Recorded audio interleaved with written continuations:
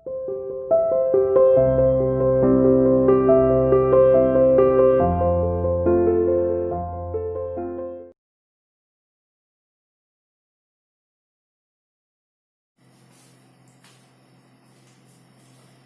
students, welcome to CR International online classes.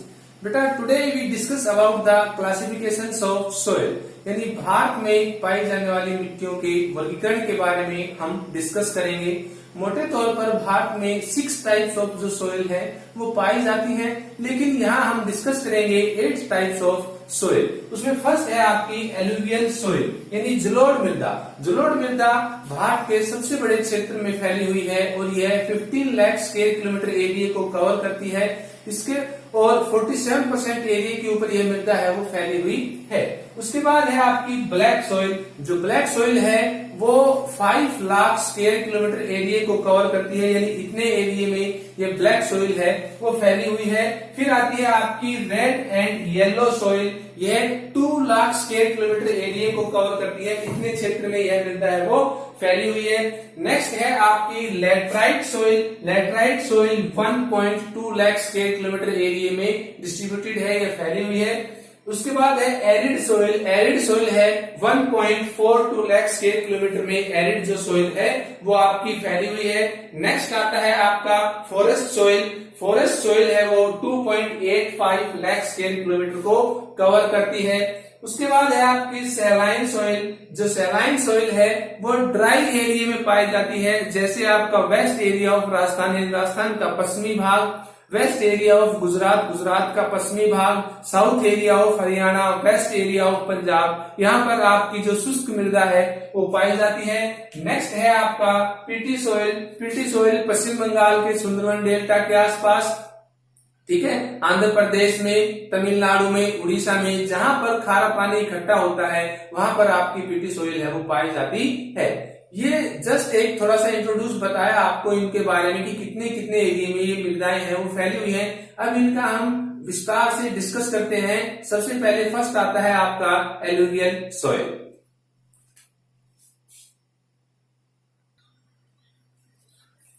अब इनमें first आता है आपका एलुवियल सोइल। इन्हें कांप की मिट्टियां या कछारी मिट्टियां भी कहा जाता है, क्योंकि इन मिट्टियों का निर्माण नदियों की परिवहन क्षमता द्वारा बहाकर लाई गई मिट्टी के जमाव से इन मिट्टियों का निर्माण होता है। ये मिट्टियां अत्यधिक उपजाऊ पाई होती हैं। ये मिट्टियां ज्यादातर भारत के उत्तरी मैदान के क्षेत्र में पाई जाती है, क्योंकि जब हिमालय का निर्माण हुआ तो उत्तरी मैदान के क्षेत्र में एक गहरी खाई थी। जैसे कि ये उत्तरी मैदान का क्षेत्र पंजाब, हरियाणा, उत्तर प्रदेश, बिहार और पश्चिम बंगाल, झारखंड, ये एरिया, यहाँ पर जब हिमालय का निर्माण हुआ तो एक गहरी खाई थी और उस गहरी खाई को हिमालय से निकलने वाली नदियों ने अपनी अपरदन क्षमता, परिवहन क्षमता द्वारा अपने साथ जो बहाकर मिट्टियां लाई थी उसके द्वारा उस गहरी खाई को कर दिया और उत्तरी भारत के एक विशाल मैदान का निर्माण हुआ, जिसमें ये मिट्टियों जो है वो सबसे ज्यादा परसेंटेज में पाई जाती है। उत्तरी भारत का विशाल मैदान है वो अत्यधिक उपजाऊ है, संघन जनसंख्या का। अब हम डिस्कस करेंगे एलुवियल सोइल, यानी जलोढ़ मृदा। जलोढ़ मृदा है वो नदियों द्वारा बहाकर लाई गई मिट्टी होती है और जलोढ़ मृदा को कछारी मृदा या काप की मिट्टी भी कहा जाता है। जलोढ़ मृदा है वो अत्यधिक उपजाऊ होती है। जलोढ़ मृदा भारत में 15 वर्ग स्क्वायर किलोमीटर एरिया में फैली हुई है और टोटल मिट्टियों के 47% एरिया को ये कवर करती है। अब जलोढ़ मृदा जो है उसका निर्माण तब हुआ क्योंकि जब हिमालय का निर्माण हुआ तो उत्तरी भारत के विशाल मैदान की जगह एक गहरी खाई थी और हिमालय से निकलने वाली नदियों ने उस गहरी खाई को अपने अवसाद से लाकर भर दिया और जलोढ़ मृदा का निर्माण है वो हुआ। जलोढ़ मृदा की गहराई उत्तरी भारत के मैदान में 600 मीटर की गहराई तक पाई जाती है। जलोढ़ मृदा की विशेषताएं: जलोढ़ मृदा हल्के व भूरे रंग की होती है। इन मिट्टियों में गहन कृषि की जाती है, क्योंकि ये मिट्टियां अत्यधिक उपजाऊ होती हैं, इसलिए इन मिट्टियों में गहन कृषि है वो की जाती है। संरचना और उपजाऊपन के आधार पर जलोढ़ मृदाएं 3 प्रकार की होती हैं। खादर अत्यधिक उपजाऊ मृदा होती है, क्योंकि नदियों में जब बाढ़ आती है तो हर साल एक मिट्टी की नई परत बिछ जाती है जो अत्यधिक उपजाऊ है वो होती है। खादर के बाद है बांगर। खादर की तुलना में बांगर कम उपजाऊ होती है, क्योंकि वह खादर से ऊंचे टीले पर स्थित होती है और वहाँ हर साल नदियों के बाढ़ का पानी नहीं पहुंच पाता। उसके बाद है आपकी नवीनतम जलोढ़ मिट्टियां। नवीनतम जलोढ़ मिट्टियों का निर्माण तब नदियों के डेल्टाई भागों में होता है और ये बहुत ही उपजाऊ होती है। संरचना की दृष्टि से जलोढ़ मिट्टियां अत्यंत मुलायम हैं, इसलिए इन मिट्टियों में कुएं और नलकूप खोदना अत्यधिक आसान होता है। जलोढ़ मिट्टियां नाइट्रोजन, पोटास और फास्फोरस की कमी पाई जाती है, लेकिन चूना पत्थर इन मिट्टियों में प्रचुर मात्रा में पाया जाता है, जिस कारण ये मिट्टियां अत्यधिक उपजाऊ होती हैं। अपने उद्गम स्थान से लेकर ये मिट्टियां लंबा परिवहन का रास्ता तय करती हैं, इसलिए रास्ते में इन मिट्टियों में काफी रासायनिक तत्व है वो मिल जाते हैं।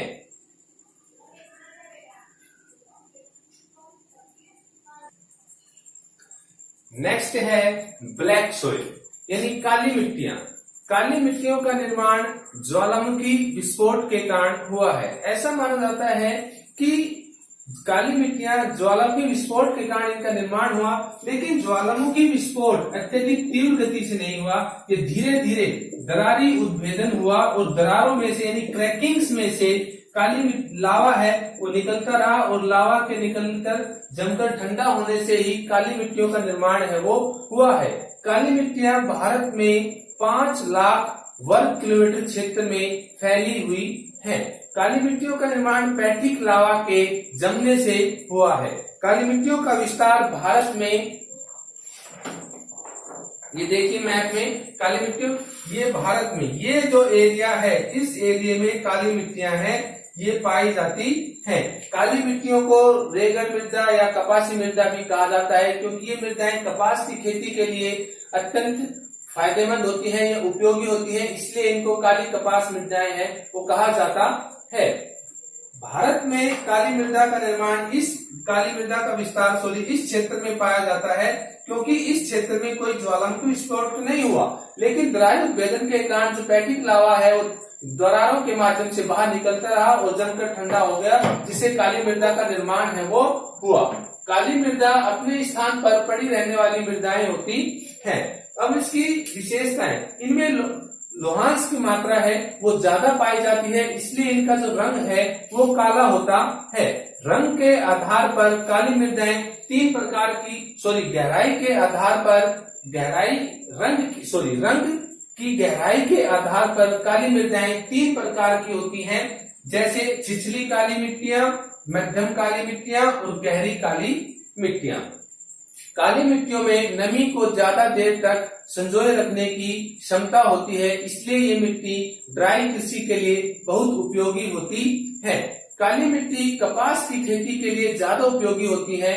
इनकी एक विशेषता यह है कि इनको बहुत बारीक कणों से इनका निर्माण होता है, इसलिए बारिश आने से पहले ही इनकी जुताई है वो कर लेनी चाहिए। अगर इनकी जुताई नहीं की जाती तो फिर ये चिपचिपी हो जाती है और इनमें जुताई करना है वो बहुत मुश्किल हो जाता है। इनमें लोहांश की क्वांटिटी ज्यादा मात्रा में पाई जाती है, इसलिए इनका रंग है वो काला होता है। काली मृदाएं नाइट्रोजन, फास्फोरस और पोटेशियम की अधिकता है या प्रचुरता है इनमें पाई जाती है।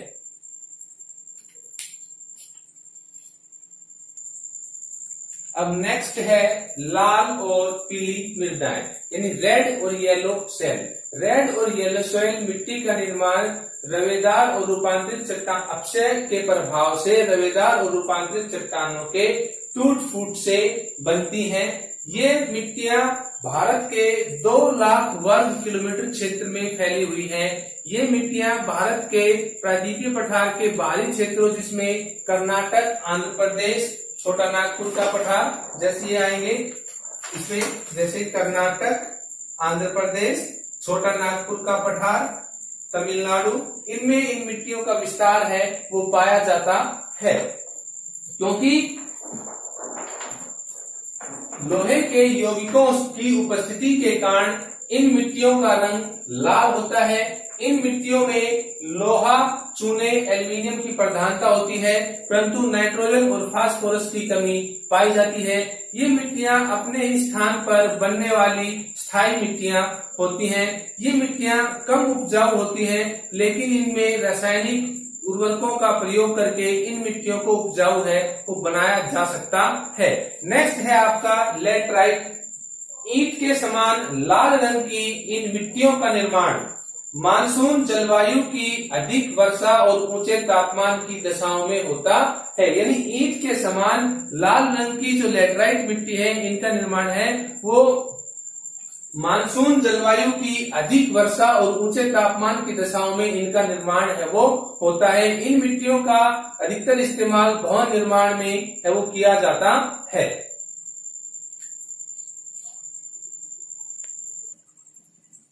नेक्स्ट है अब लैटराइट मिट्टियां भारत में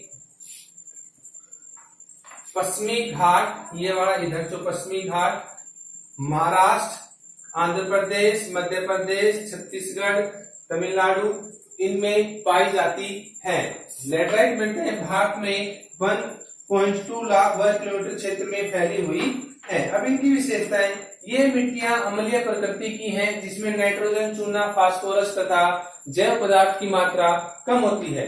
कहीं कहीं ये मिट्टियां कंकरीली व छिद्र युक्त होती हैं। इन मिट्टियों का निर्माण सबसे ज्यादा भवन निर्माण के कार्य में इन मिट्टियों का निर्माण है वो किया जाता है। ये मिट्टियां उपजाऊपन की दृष्टि से कम उपजाऊ होती हैं, लेकिन रासायनिक खाद डालकर इनको उपजाऊ बनाया जा सकता है। और इन मिट्टियों में किशमिश की खेती है वो अच्छे प्रकार से की जाती है। उसके बाद आता है आपका शुष्क मृदा यानी एरिड सोइल, जिसको हम मरुस्थलीय मृदाएं भी कहते हैं। इन्हें बलुई अथवा मरुस्थलीय मृदाएं भी कहा जाता है। शुष्क और आर्द्र उष्ण जलवायु में भौतिक अपक्षय के फलस्वरूप, भौतिक अपक्षय मतलब जैसे तापमान बढ़ने के कारण चट्टानों का फैलना, सिकुड़ना, ये भौतिक अपक्षय कहलाता है। जिसमें फिजिकल फैक्टर है वो अपक्षय के लिए रिस्पॉन्सिबल होते हैं, उसको भौतिक अपक्षय कहते हैं। कि भौतिक अपक्षय के फलस्वरूप रेत का निर्माण होता है, कि भौतिक अपक्षय के कारण चट्टानें फैलती हैं, सिकुड़ती हैं, फिर फैलती हैं, फिर सिकुड़ती हैं, तो जिसके कारण चट्टानें टूट जाती है, रेत का निर्माण होता है और उस रेत को पवन अपने साथ बहाकर ले जाती है और किसी दूसरे स्थान पर जमा कर देती है, जिससे मरुस्थलीय मृदाओं का निर्माण है वो होता है। जैसे हम चाइना की बात करते हैं, गोबी मरुस्थल, वहां पर पीली रेत पाई जाती है। तो पीली रेत हवा द्वारा बहाकर लाए गए निक्षेपण से ही गोबी मरुस्थल का निर्माण है वो हुआ है। अब ये मिट्टियां भारत में 50 सेंटीमीटर से कम वार्षिक वर्षा वाले शुष्क प्रदेशों, यानी ये मिट्टियां भारत में जहां 50 सेंटीमीटर से कम वार्षिक वर्षा होती है, शुष्क एरिया है, वहां ये मिट्टियां हैं वो पाई जाती हैं। जैसे हम बात करेंगे पश्चिमी राजस्थान, उत्तरी गुजरात, दक्षिणी पश्चिमी पंजाब, दक्षिणी हरियाणा, यहाँ ये मिट्टियां हैं वो पाई जाती हैं। और भारत के 1.42 लाख वर्ग किलोमीटर क्षेत्र में पाई जाती इन मिट्टियों का विस्तार है वो पाया जाता है। विशेषताएं, इन मिट्टियों में खनिज लवण अधिक मात्रा में पाए जाते हैं। प्राकृतिक वनस्पति की कमी तथा तीव्र वाष्पीकरण के कारण इन मिट्टियों में नाइट्रोजन व जैव पदार्थ की भारी कमी पाई जाती है। कि प्राकृतिक वनस्पति, क्योंकि पानी का है वो जल्दी से वाष्पीकरण हो जाता है, तो प्राकृतिक वनस्पति और जैव पदार्थों की वो कमी है वो पाई जाती है, क्योंकि इनमें प्राकृतिक वनस्पति उग नहीं पाती, क्योंकि वर्षा है वो बहुत कम क्वांटिटी में होती है।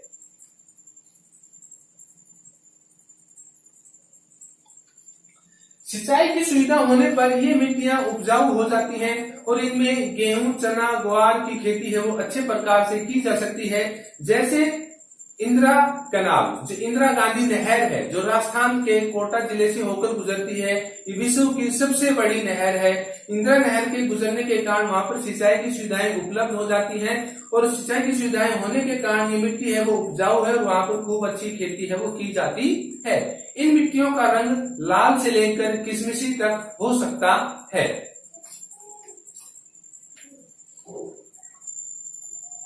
नेक्स्ट आता है आपका फॉरेस्ट सोइल। यानी पर्वतीय मृदा। पर्वतीय मृदाओं की रचना पर्याप्त वर्षा वाले वन क्षेत्रों में होती है। पर्यावरण में पर्वतीय पर्यावरण में इन मृदाओं की रचना होती है। हिम, वर्षा तथा भौतिक अपक्षय के कारण चट्टानों के टूटने से इन मिट्टियों का निर्माण है वो होता है। इसलिए पर्वतीय ढलानों पर इन मिट्टियों का निर्माण होने के कारण ये मिट्टियां अपने स्थानों पर टिक नहीं पाती और ढलान के सहारे हिम संकलन के या लैंडस्लाइडिंग के कारण ये मिट्टियां हैं वो अपने स्थानों से खिसकती रहती हैं और इन मिट्टियों का अधिकतर निर्माण टर्शियरी युग की चट्टानों के टूटने से इनका निर्माण है वो हुआ है। ये मिट्टियां भारत में जैसे जम्मू कश्मीर, सिक्किम, असम, अरुणाचल प्रदेश, उत्तराखंड के पर्वतीय, ये उत्तराखंड,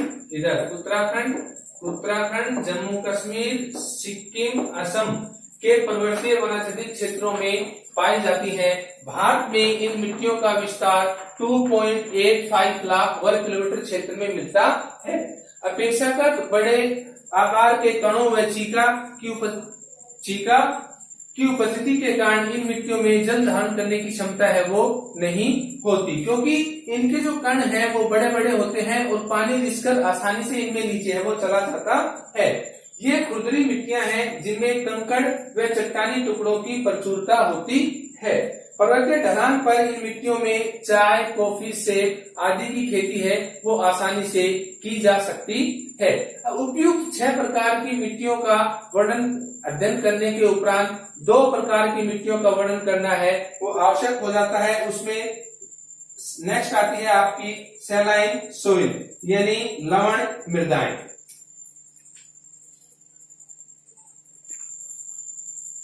नेक्स्ट है ये 7 लवणीय मिट्टी यानी सैलाइन सोइल। जब किसी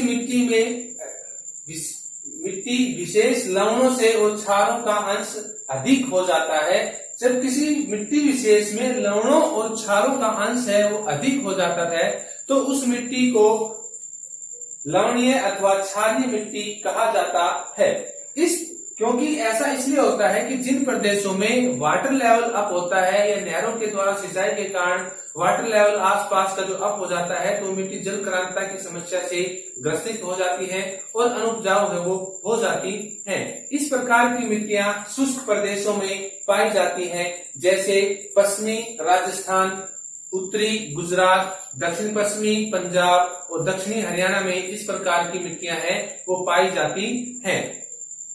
जैसे हम मैप में देखेंगे इनको कि मैप के माध्यम से ये आप देखेंगे पश्चिमी राजस्थान का ये एरिया, दक्षिण पश्चिमी पंजाब, दक्षिणी हरियाणा और उत्तरी गुजरात के भागों में ये मिट्टियां हैं वो पाई जाती हैं।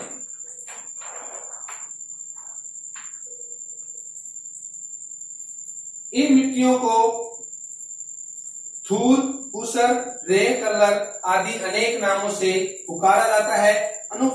ये अनुपजाऊ मिट्टियां हैं लेकिन जैव उर्वरकों का प्रयोग करके इस पर खेती है वो की जा सकती है।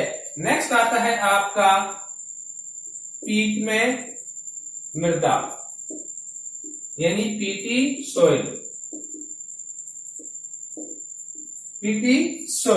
इन मिट्टियों का निर्माण अधिक आर्द्रता वाले क्षेत्रों अथवा समुद्र तटीय क्षेत्रों में जल की निरंतर उपस्थिति के कारण होता है। यानी पीटमय सॉइल उन क्षेत्रों में पाई जाती है जहां पर जल है वो अत्यधिक मात्रा में उपस्थित होता है। अब ये मिट्टियां भारत में जैसे पश्चिम बंगाल में इधर जैसे सुंदरवन डेल्टा, तमिलनाडु, आंध्र प्रदेश, इन क्षेत्रों में पीटमय मृदाएं हैं वो पाई जाती हैं। विशेषताएं: दलदली मिट्टियों में लौहांश तथा जीवांश की मात्रा अधिक पाई जाती है। पटसन की खेती के लिए ये उपयोगी मिट्टियां हैं, क्योंकि पटसन को अत्यधिक उपयोगी मिट्टी की जरूरत होती है और ये मिट्टियां हैं वो पटसन की खेती के लिए बहुत ज्यादा उपयोगी हैं। वर्षा ऋतु में ये मिट्टियां वर्षा के पानी में डूब जाती हैं। तो ये नॉर्मली तो 6 मेजर टाइप्स होती हैं सॉइल्स की, लेकिन यहाँ पर हमने 8 जो टाइप्स हैं वो डिस्कस की हैं।